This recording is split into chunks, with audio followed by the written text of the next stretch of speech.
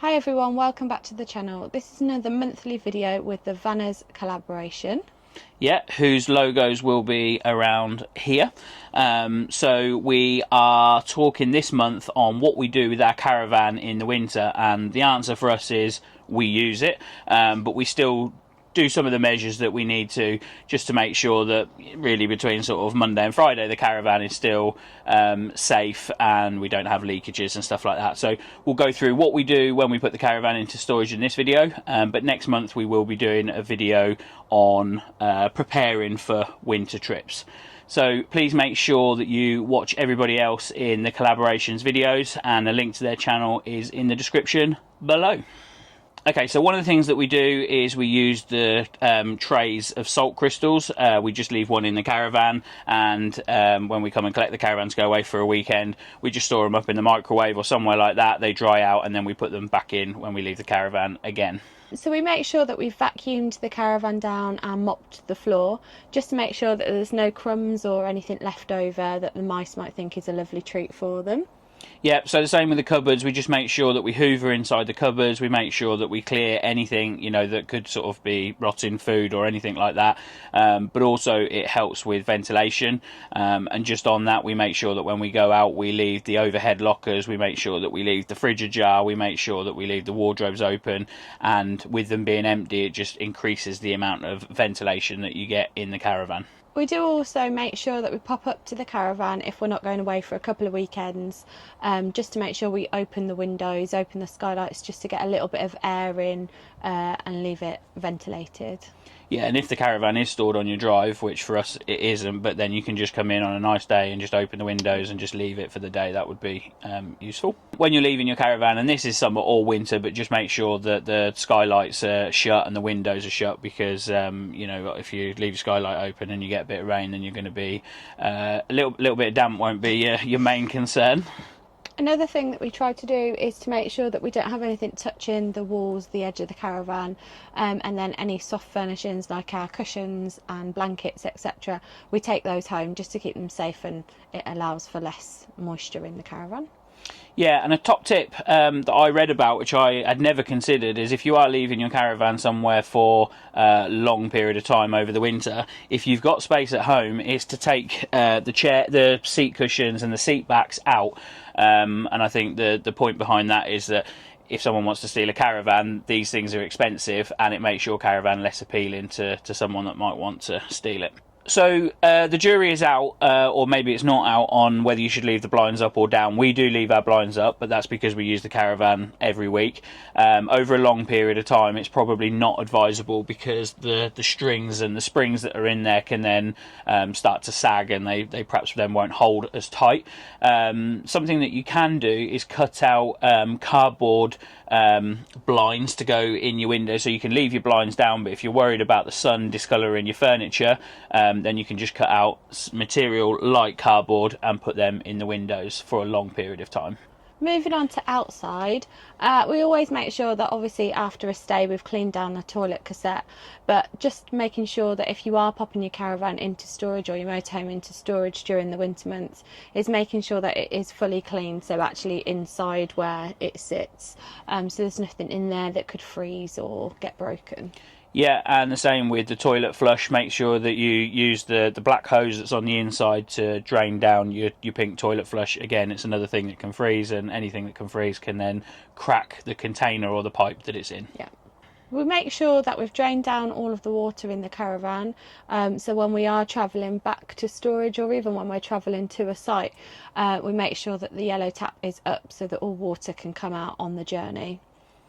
Yeah, I find that if you leave the 3 taps open as well, and if you leave the 2 wastewater things, then obviously as you're driving you're creating a vacuum, which does help to suck the remaining water out.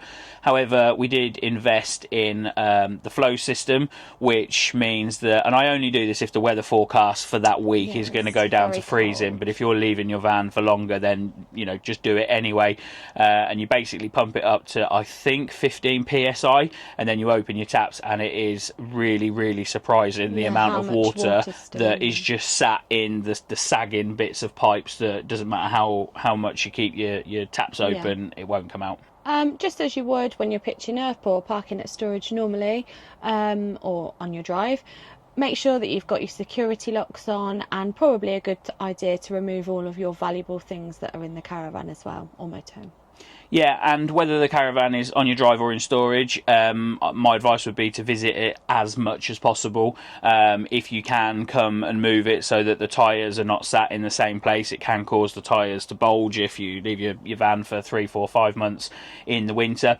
And maybe consider putting your caravan on all four steadies and chocking the wheels and then releasing the handbrake.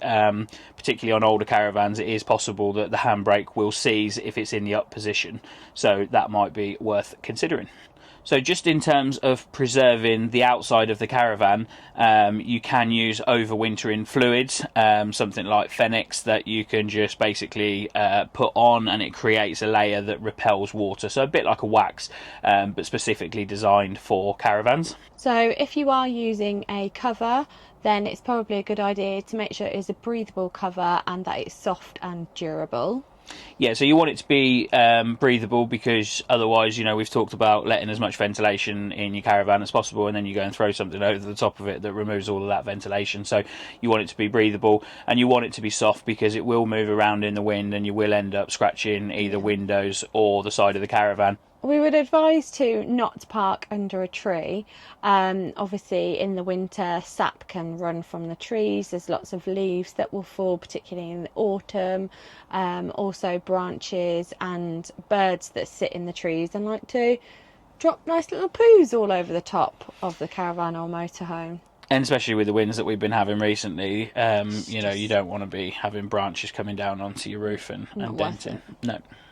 Okay, so we realise that there's probably plenty more things that you should do to your caravan that we don't do, and that's simply for us because we use our caravan. And if you can, again, we'll go through all the pros and cons of travelling in the winter in another video, but if you can use it, it answers the questions to a lot of things that we see in terms of should we do this in the winter, should we do that. Just use your caravan, especially if you've got decent heating. Our heating in our caravan is probably better than our heating at home. So you can check online, you can have a look to see what other tips there are for wintering your caravan or winterizing your caravan, but check your owner's handbook as well, because different caravans will have different things that need doing to them to stop things from bursting or whatever in your caravan.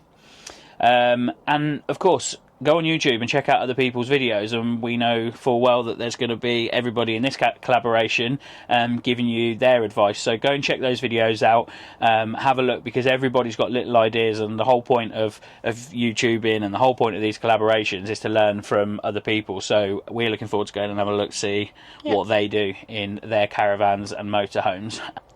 On that note, please don't forget to check out the other channels in the collaboration and watch their videos for more hints and tips. Yeah, and you will see the link to their channels in the description below. So for us, we've probably told you this on various other platforms, but we are going to be at the NEC for 5 of the 6 days. So if you see us there, please come over and say hello.